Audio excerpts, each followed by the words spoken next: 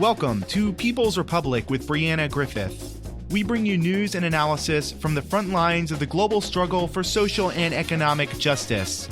I'm your host, Brianna Griffith, and here's what's going down in your backyard and across the world.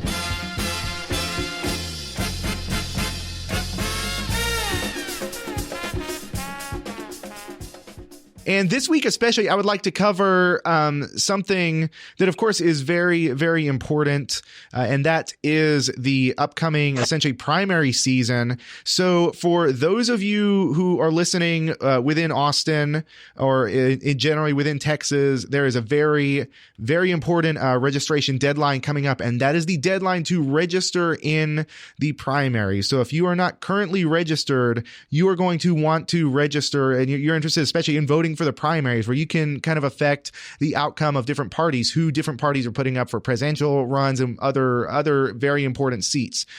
So to vote in the Texas primaries for 2020, the deadline to register is February 3rd.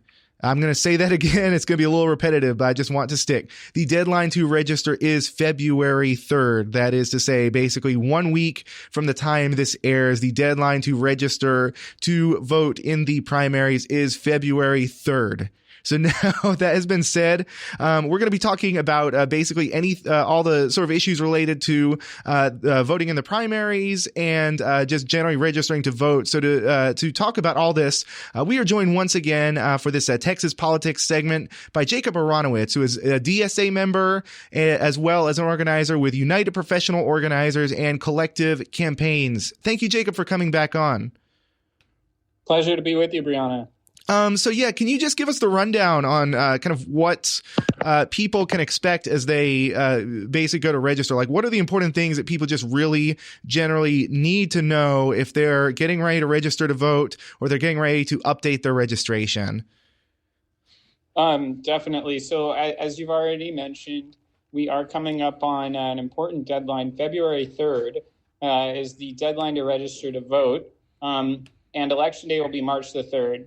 And this is like almost always how it is, that there's a sort of exact calendar month period between registration deadline and election day, and early voting will be from February 18th until February 28th. So once again, deadline to register is February 3rd, election day March 3rd, early voting February 18th through the 28th. Texas is an open primary state, so when you register to vote, you don't have to indicate any party affiliation, and you can vote in the primaries of any party, but you have to choose one. So if you vote in the Republican primary, you cannot vote in the Democratic primary. If you vote in the Democratic primary, you can't vote in the Republican primary. But it is an open primary, so you don't have to register for any particular party to vote in their primary, which again, happening March 3rd, registration deadline on February 3rd. The ballot by mail application period is open now, January 1st through February 21st, to apply by ballot by mail application. And in terms of voter registration generally, like you can register in person with a volunteer deputy registrar, which is someone deputized by the county in which you live to register people to vote, or you can mail in a registration form to the Secretary of State. You can't register to vote in the most formal and official sense online. You can request that you be mailed an application to register to vote. And then you'll receive it, from the Secretary of State, or if you do this through an app or something like that. And then you need to, receive that piece of mail, fill out that form, and mail it back. And we've put together basically a little trove of links and a guide and some with a frequently asked questions section, and that can be found at bit.ly bit.ly/ATX reg guide. So ATX reg guide, ATX reg GUIDE. Once again, that's bit.ly/ATX reg GUIDE. And that has a trove of links from the Texas, state government website, a handy guide put together by KUT, as well as some important dates on the top line, like the deadline to register, February 3rd, election day, March 3rd, and early voting, February 18th through February 28th. There's special or like particular information for special needs voters and other accommodations that the state will make in registration as well as voting. Something that folks should be apprised of is that, in Travis County, during early voting, you don't have to vote in the precinct in which you live. You can vote anywhere countywide in Travis County. People should definitely be on the lookout with their county level of government and their websites coming out of like whatever the elections authority is, if it's the voter registrar or the county tax collector or the elections clerk. But be on the lookout for the lists of early voting locations. In Texas, we have seen chronic closures of early voting locations as part of a sustained campaign of voter suppression. So you want to be checking as those early election dates, February 18th through the 28th, as they get nearer and nearer, the early voting locations list should start coming out. And Travis County usually has quite a few. Other things to consider are the voter ID issue, so to speak. I think it's important, to realize that with the voter ID thing, there have been cases and precedents in the courts that have kind of, I wouldn't say gutted the law entirely, but have made it less stringent than it was intended by its authors. So if you go to vote and you just have your voter registration card or your voter registration card receipt from a volunteer deputy registrar, you'll still be able to vote even if you don't have the valid photo ID that they were intent on demanding if you sign a form that they have to provide you there. So if you aver that you are registered to vote and you have the voter registration card, then you can sign what is basically sort of like a waiver, or it's like a statement saying that this is why I don't have the photo ID, and you'll still be able to cast a ballot, not just a provisional ballot, but a full and official ballot on the machines. So I want people to be aware of that, because I think that in some ways there's still this a prevailing idea that the voter ID is very stringent in Texas. And I don't want to downplay voter suppression in Texas or efforts at voter suppression, but part of fighting back is knowing our rights. So I believe the same is true if you're on the voter roll and you have a driver's license or something else that shows you're on the voter roll. They have to let you vote. So and with the guide or the sort of document that we put together, there are links for the voting procedures and your rights, as well as what the laws are in terms of what you need to be eligible and what you need to bring in order to make sure that you can cast a ballot. So once again, that guide is at bit.ly/ATXREGGUIDE, bit.ly/ATXRegGuide. Yeah, and all of that is lowercase. No, that's a good point. So that's all lowercase, bit.ly/ATXREGGUIDE. Like I've said, there has been an effort at voter suppression in the state of Texas and in many red-controlled states. And knowing our rights is part of the fight against voter suppression, and so is turning out in big numbers. This primary is also historic for the country and for the left because of the variety and the quality of candidates on the ballot. Not only do we have a real promising candidate in the presidential race for actually moving the discourse and the policy possibilities to the left in this country, but on the local level, in Travis County in particular, we have great candidates where we really have an opportunity to make a change, and where these races are contested between rigorously progressive and in many cases left-wing candidates against business as usual conservative politicians, in this case, Democratic ones. But these primaries, therefore, really can be really impactful. Yeah, and I would definitely like for me, especially kind of given the nature of this episode, where I'm very much trying to get people out to vote for whoever it is they think is I believe to be most kind of impactful. I think most of those people who listen to my show regularly, who listen to the different commentary of the people on here, kind of would generally sort of know where to go if they were to sort of get recommendations. One of the places I will generally look, whatever sort of independent analysis I have, I think generally like Austin DSA does a good job of putting out a lot of good information regarding the different primaries and kind of the different candidates that are out there, and generally does a good job of sort of dissecting who represents, I think, a real step forward versus who is more of the status quo candidate. Of course, I have my own sort of independent analysis, but I think that generally the Austin DSA tends to be one of the places I look for information, so people can find kind of more information by checking out Austin DSA on social media and whatnot. But yeah, I think it's very, very important when we're talking about these primaries. This is absolutely a point where people can step in and make that sort of difference. I have many criticisms of the two-party system. I have many criticisms of just generally the U.S. electoral system.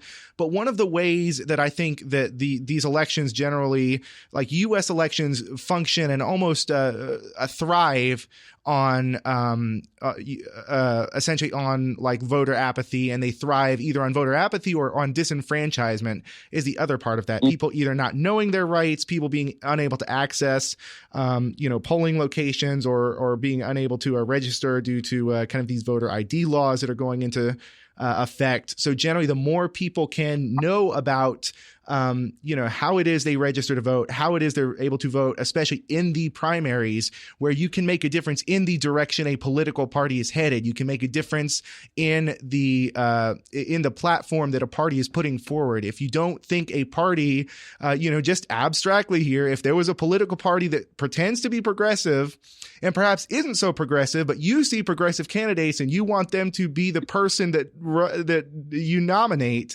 that's why these primaries, in some ways, I think are more important than the general election for something like president, or to some degree, because that's where like the course is steered for the next part of that. So yeah, once again, I like being able to kind of repeat this information, especially as we get closer to the date, and especially on the medium of radio. This upcoming February 3rd is going to be the deadline to register. Yeah, go ahead. Yeah, February 3rd is going to be the deadline to register for the primaries. Election day for that's going to be March 3rd.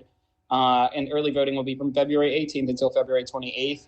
I just wanted to really quickly bring up another kind of material thing for people to consider as it pertains to voter registration, is that there has been the specter of purges raised in Texas. I don't want to be overly alarmist or sort of cry wolf. But then, of course, there was the attempted purge by former Secretary of State David Whitley in 2019. So in that guide that we kind of put together for folks, there is a link to check your registration status with the Secretary of State and make sure that you don't need to re-register at a new address or just in general because something funky happened with your registration. And once again, that guide can be found at bit.ly/ATXREGGUIDE. That's bit.ly/ATXRegGuide.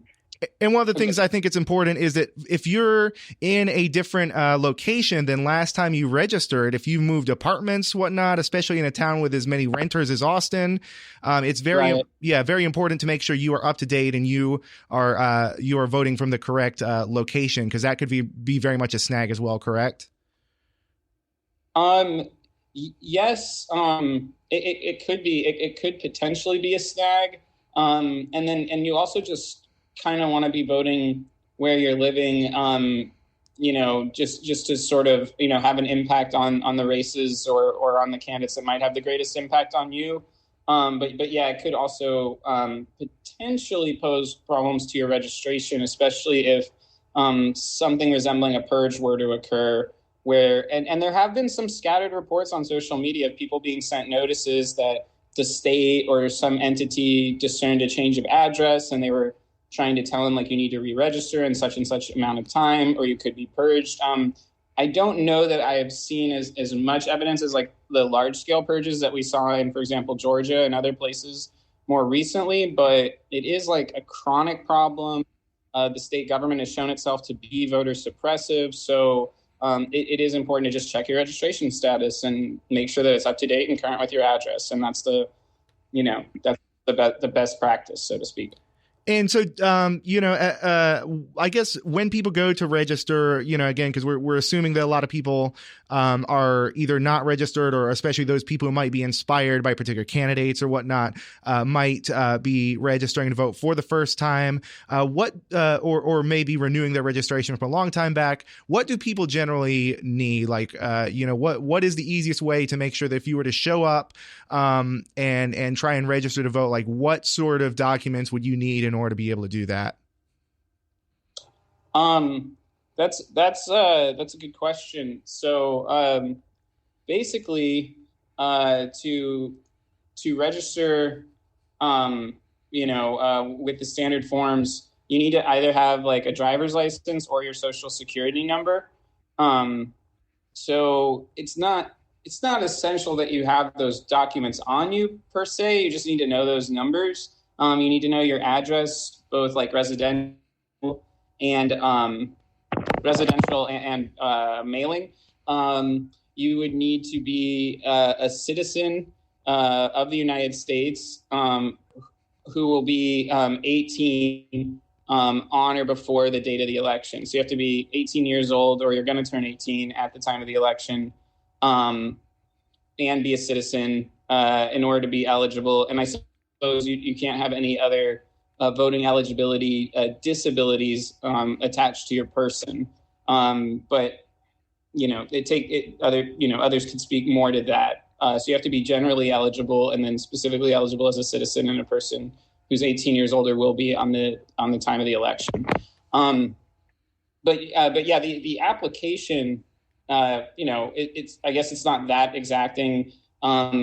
One thing that's interesting about the application is that, like, for your address, you can describe a place. Like if you're unsheltered, if you don't have a permanent shelter, you can put things like a church or a shelter that you stay at, where you can receive mail, and you can even describe a dwelling. So that's something that's important to know for accessibility of the franchise.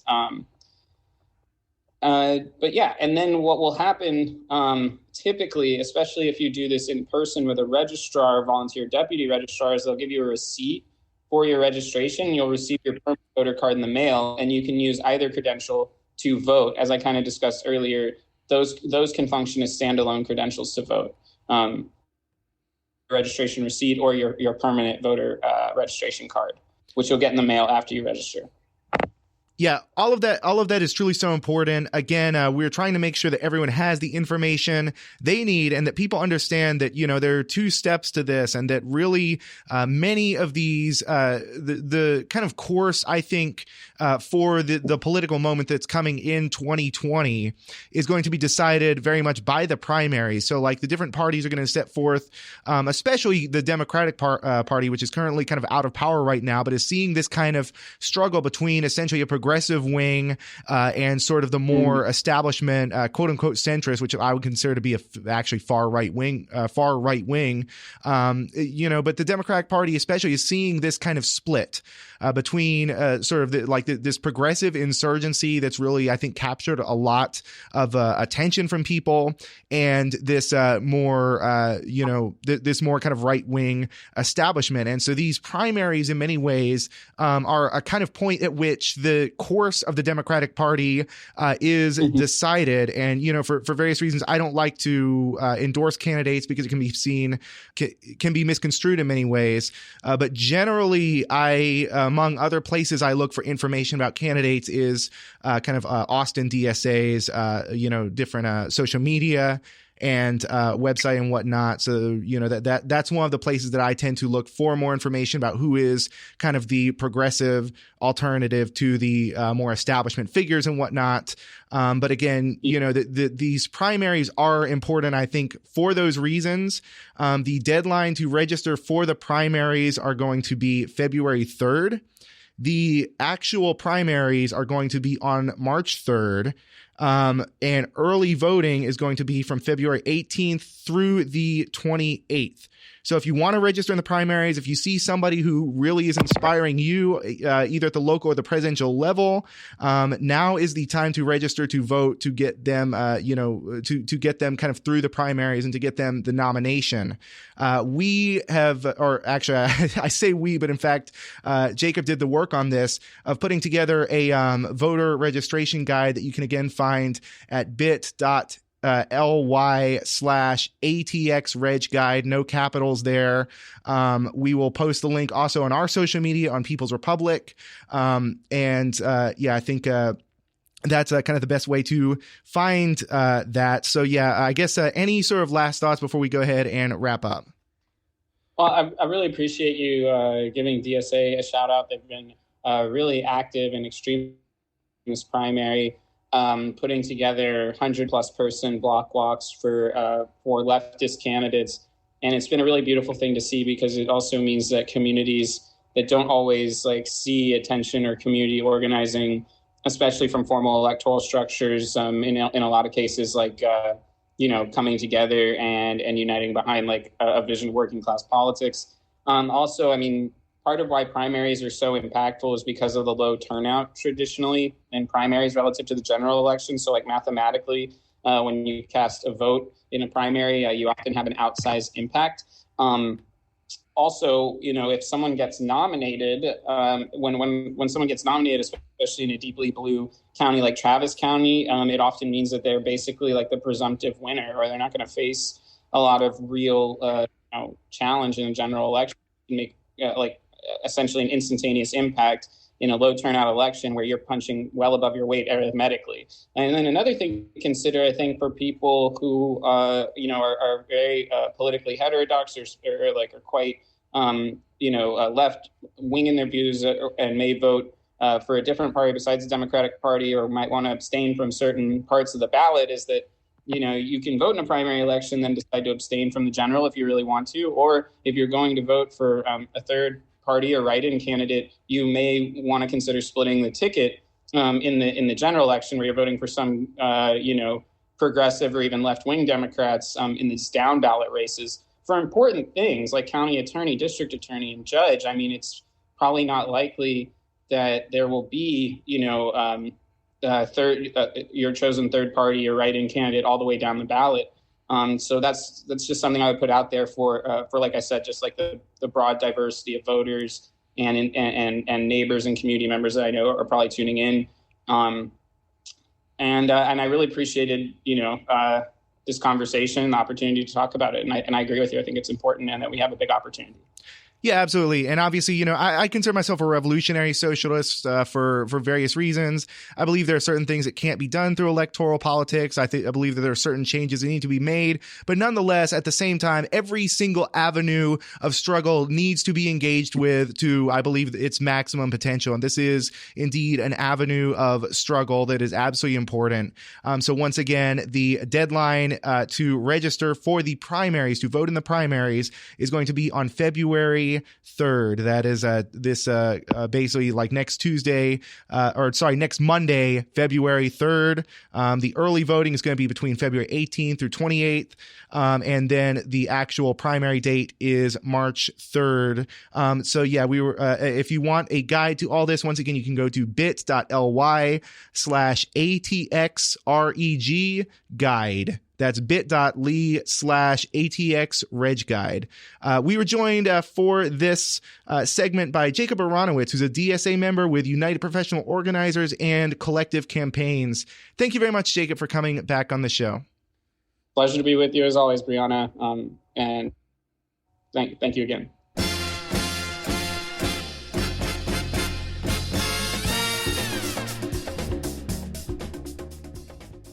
Now it is time once again for our monthly segment on criminal justice reform, all sorts of issues around criminal justice and its reform and police abolition and so many other things that we can talk about. But for this week, we are going to be talking about specifically kind of marijuana citations, a bill that's, or rather a proposal that's been introduced by Greg Casar locally, and the APD, Austin Police Department's retaliation against whistleblowers. So to talk about all this, we are joined by the kind of co-host of this segment, Chris Harris, who is an organizer with Homes Not Handcuffs. Thank you very much, Chris, for coming back. Yeah, thank you so much for having me. So yeah, let's get into our first kind of story here, which is around Greg Casar's introduction, essentially, of a proposal to start the essentially decriminalization process of marijuana. So yeah, what exactly what is it that's on the books at the moment? How is it that it stands at the moment for people who are cited? And what does Casar's kind of a proposal here seek to remedy?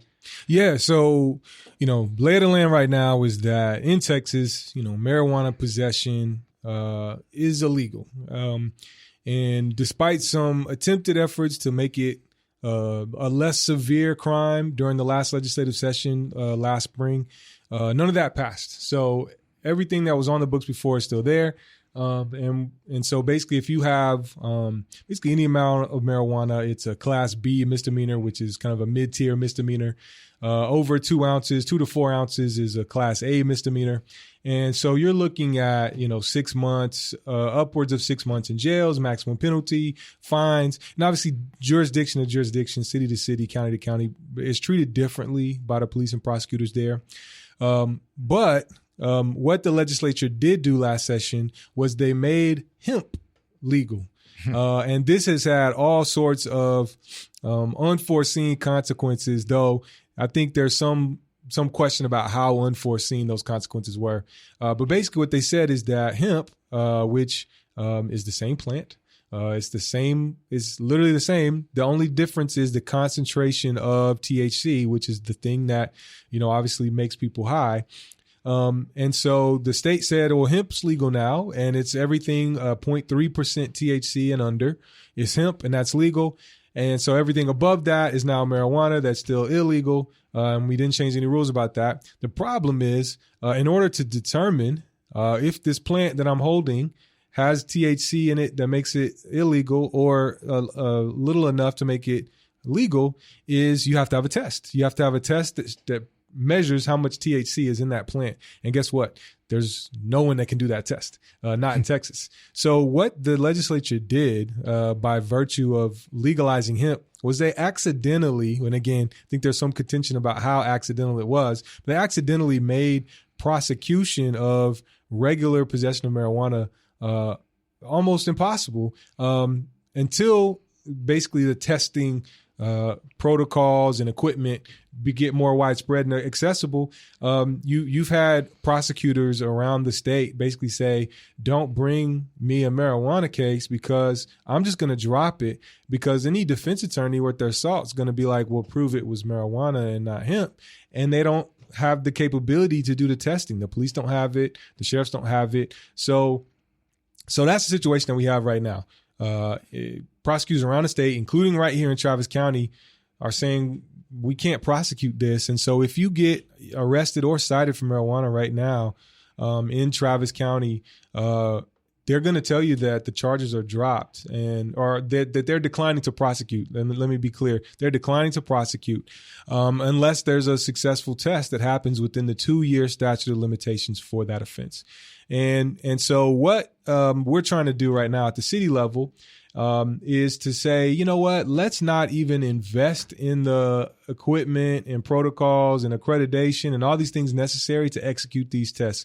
Why would our city spend extra money that wasn't required before so that it can enable the successful prosecution of low-level marijuana possession. That doesn't make any sense. Most folks don't think it's a problem now, think it should be legal now. So we're going to spend extra money to make it illegal where now it's not. So that's really what this does. And then what it also does is it seeks to limit the police's enforcement of it, right? So we already have a situation where you get arrested, you get a citation. The prosecutors are saying, we're not going to prosecute this. You can go home. But we still have police who are arresting sometimes, but mostly they're citing people. And obviously it's still a burden on folks because you've got to, a lot of folks don't get the notice in the mail. They go down to the courthouse only to be told, maybe they take off a day of work, go down in the middle of the day only to be told this is declined, you can go. And so it's pointless and a big waste of time, money, resources for the police, for the courts, for everyone to do this. And so this is just saying, don't invest money in the resources to do the testing. If it's a possession case, basically, and then police, join your brethren at Travis County Sheriff. Even the Round Rock Police are not citing or arresting folks for this. So y'all should stop doing that too, and stop spending your time, citing people and on occasion arresting folks for this. It's interesting that of all the sort of entities there, that APD would be the one still trying to enforce this. Seems almost a reversal. Again, like those of us who live in Austin know that APD is not progressive in any way whatsoever, but it's still just, it seems to be a slap in the face that the police department of a city that in many ways prides itself on some sort of progressive facade, however real or fake that might be, would the police of this city would still be enforcing that, like when so many other cities, even within Texas, have stopped doing so. Yeah, no, it's I think it should be a real eye opener to a lot of folks who continue to like buy into this facade of a progressive police force, here in Austin. I will say too that, because of the Freedom City policy that was passed last year, the arrests are way down. There's very few arrests these days, especially if marijuana possession is the only thing that you're accused of. Now, they're supposed to cite you for marijuana no matter what, even if you're accused of some other crimes for which they might arrest you. They're not supposed to book you on that charge and give you a citation instead. So we do see those numbers really low. Nonetheless, why even cite folks and make them go down to do an appearance, to show up to court, when, again, that the prosecutor's not going to do anything with that charge, and that you're not going to be able to test it. So it's really kind of mind-boggling why why the police continue to try to hold on to this authority, hold on to this power. Yeah, it almost seems just like out of complete spite for primarily poor Black and brown people, because those are the people who are primarily cited by this. How does the Freedom City part of that factor into the lowering of arrest for this? Yeah, so I don't have numbers for marijuana specifically, but what we've seen is that in the year since it's actually been implemented as part of policy and at APD, the arrests for offenses where a citation was an option have dropped roughly 85%. And so we're seeing, very few actual arrests now when the only things that someone is charged for are offenses where the police have the option to issue a citation instead. And so, what ultimately happens as a result of a citation will depend on the particular charge that you're facing. So if it's a Class C, then it's very much it's very similar to like a traffic ticket in a lot of ways. If it's a Class B or a Class A, something like marijuana possession, there's a diversion program at the county for marijuana where you can avoid charge altogether by taking a class. And this is before, all the craziness with the hemp law making basically marijuana unprosecutable. But before that, you could get into a 4-hour class. And if you took it in 2 months, then they would dismiss the charge. You wouldn't have it on you. Similarly, with driving with an invalid license, a really big problem. Especially for undocumented folks in the community who are basically unable to comply with no DL or DWLI laws. There's similarly like a diversion program. more difficult because typically it takes a long time to get your license restored. But yeah, so there's still consequences that come with citations. It's not, purely like a traffic ticket, especially depending on what you get. So it's important still to have the police stop even citing folks especially for low-level marijuana possession. Yeah, it's interesting that you kind of raise that question of like whether this was intentional or unintentional, because I feel like it goes to speak the difference between like sort of what the Texas legislature sees as priorities versus what their constituency is priorities, what the vast majority, I think, of people in Texas would see as priority or not see as priority. And basically what I mean by that is like most people do want to see, I think, marijuana legalized, completely legalized. I don't know the numbers on it, but it just seems like most people I know, including a lot of Republicans I know, like smoke weed. It's common. It's not something anyone wants to be busted for, and it's not something that anyone except for the most hardcore, I think, law and order types coming out of like sort of the Nixon and the Reagan administrations and sort of that era, especially in the town of Willie Nelson, in the town of Matthew McConaughey. It's just wild that we would still have police that are trying to continue to enforce these laws, even when other police are like, this is a waste of our time. Yeah. And I have my own kind of theories as to why APD in that way is so kind of draconian. But I think the fact that like the Texas, it was at the Texas level, right? That the legislature sort of legalized hemp or whatnot. That's right. Exactly. And that was, an agricultural bill, right? Ultimately. Okay. So this is not they did that as part of, supporting farmers and providing another avenue, right, for them.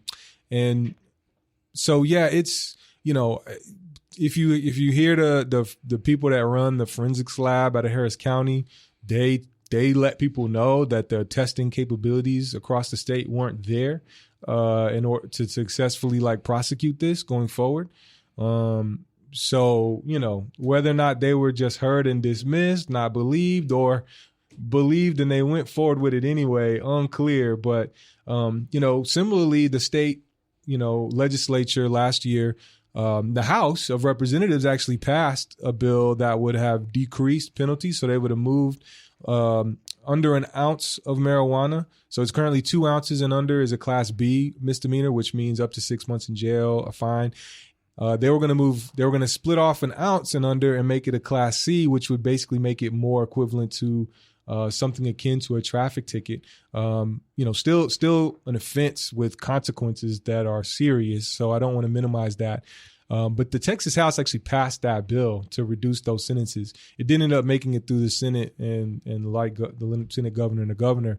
But clearly the momentum is on the side of decreasing penalties, decriminalization, and yeah, you would hope eventually legalization. I mean, literally 2 states over. Yeah. In Colorado. I think we've got 11 states now that have legalized it, and more, states and specific municipalities who have decriminalized it, meaning they've just taken away the criminal penalties. So it's clear that's the direction that the country is going, even that the state, even a conservative state like Texas is going. And so it's just, and then, for Austin, given, what it is and what it's known for, it just only makes sense that we would be leading on this issue to make sure that people aren't put in jail, aren't, denied loans moving forward. You can't get an education. Certain educational opportunities are cut off to you.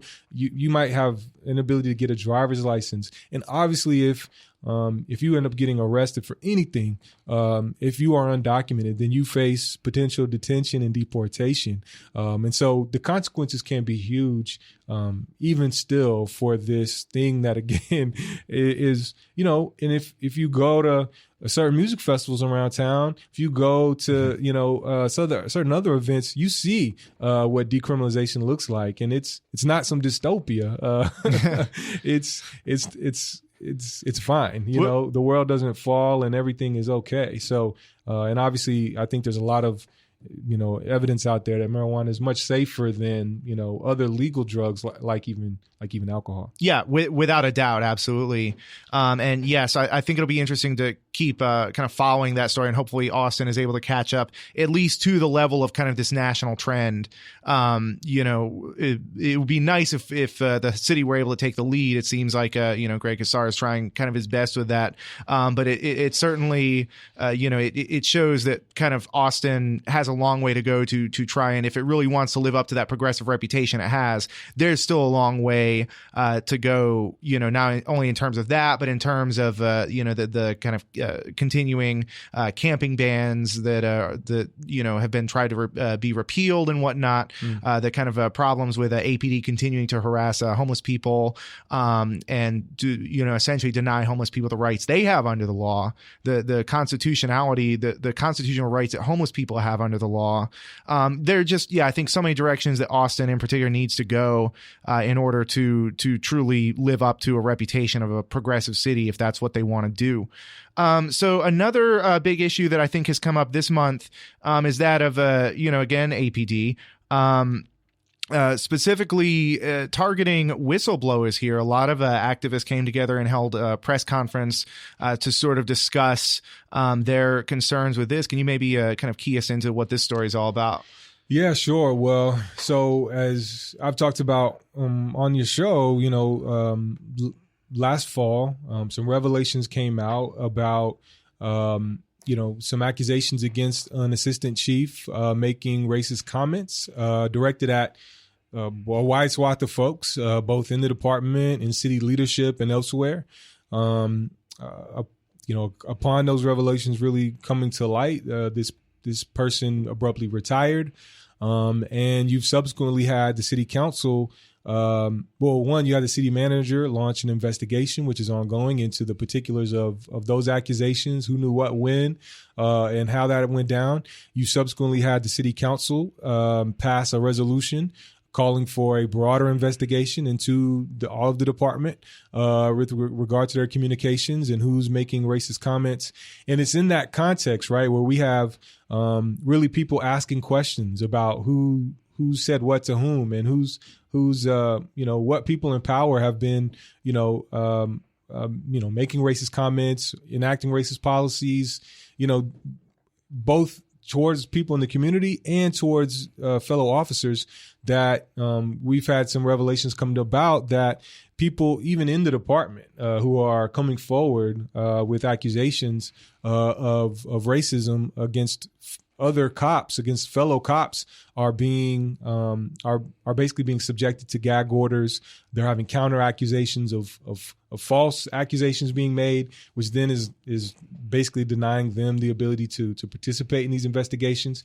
And it appears designed to silence anyone who might come forward within the department, and to ensure that this investigation into racism across the department doesn't yield any results, even though it's quite clear because not only are our folks in the community been subjected to it, but people in the department, black and brown cops are literally coming forward or trying to about this sort of treatment. And so, it's a really, it's a perilous time, and it's important that, alarm bells be raised that, this investigation, which we're hoping to be a catalyst for a lot of change, to ensure that, people that make racist remarks and undertake racist policies and uphold racist institutions aren't promoted, don't become leaders in our police department, don't become leaders in our community.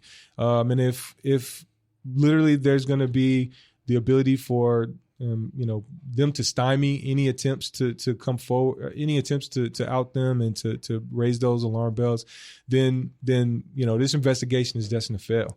And so it's an important time. And I think subsequently we've seen some other things happen, in particular with a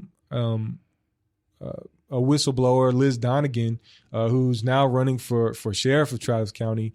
And she was the whistleblower who really blew the story about APD falsely clearing rape cases. And so she had led the sex crimes unit for a period of time and really fought against the leadership's attempts to start classifying cases as solved, as exceptionally cleared is what they called it, when she didn't believe it met the standard for that. And eventually she was removed from her position because it appears she refused to start marking these cases as solved, even when they weren't. As soon as she left, guess what? They started exceptionally clearing all these cases. And then a third-party audit by DPS revealed that, yes, they were doing that improperly. She was right all along. They should not have been doing that. And so, all of this really happened, almost 10 years ago now when they started doing this differently. But the story really broke at the end, not of 2019, but 2018. And now, all of a sudden, a memo that's, basically like 9 years old, I believe, that is claiming that Liz Donegan wasn't fired for refusing to lie about basically which rape cases were solved. She was fired for these other reasons, appears out of nowhere. A document that, supposedly she's never seen, was not in her personnel file, which is where traditionally these sorts of things would go for a member of law enforcement. And it, appears designed to kind of ruin her reputation at this moment. One, where the department's under such heavy fire over all these scandals, but two, obviously where she is trying to run for another office, right, and become the sheriff of Travis County. So it's highly questionable that this would appear out of nowhere all of a sudden. And I'll point out that a lot of what's in there does not really look that bad. It's a little bit in the weeds, but one of the things that they call her out for supposedly doing that she did poorly was not training up her team in the best practices that she had been nationally renowned for. And one of the examples they bring up is that she didn't send people to a training about an interrogation technique called the Reed technique. Well, the Reed technique is the technique that they use on the Central Park Five. Oh, Jesus. It's the technique that's now debunked because it's, leading to a lot of false confessions. You had one of the two major groups that does this training actually stop training people in that technique because they acknowledge that it's, associated with false confessions. And so this is what they're trying to ding her for. She's not training people in an investigation or interrogation technique that causes people to falsely confess. Oh, that's incredible. That is... I mean, I want to recap a little of this just so I understand what it is that's going on. But first, I want to just briefly comment. I mean, this is par for the course, like with the way any sort of whistleblower is treated within the U.S.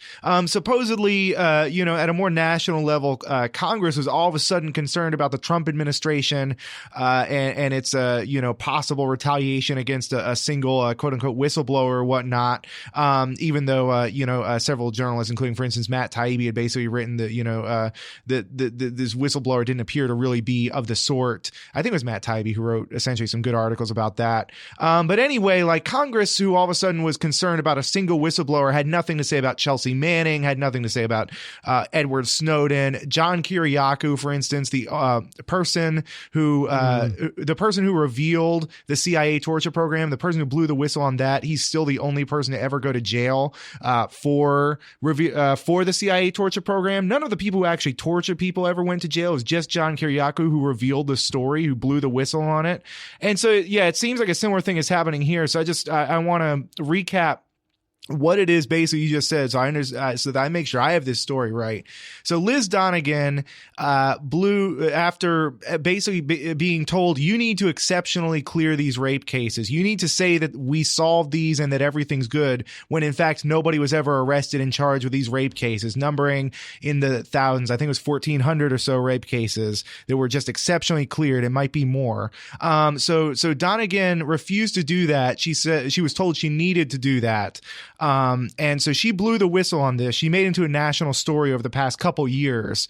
During the course of this, she was let go for refusing to do this, or at least that's she was likely let go for refusing to do this. She was reassigned in the department, away from that area, and then Okay, so she was reassigned for this, and then years and years later, several years later, when all of a sudden she's running for office, APD, which said nothing whatsoever about this during the entire time she was blowing the whistle, all of a sudden when she's running for office, suddenly finds this supposedly damning report that shows that she was actually reassigned for something entirely different, and the thing that she was reassigned for was not teaching people under her command to go, or not sending people under her command to go and learn the interrogation techniques used by the Central Park Five that are now debunked.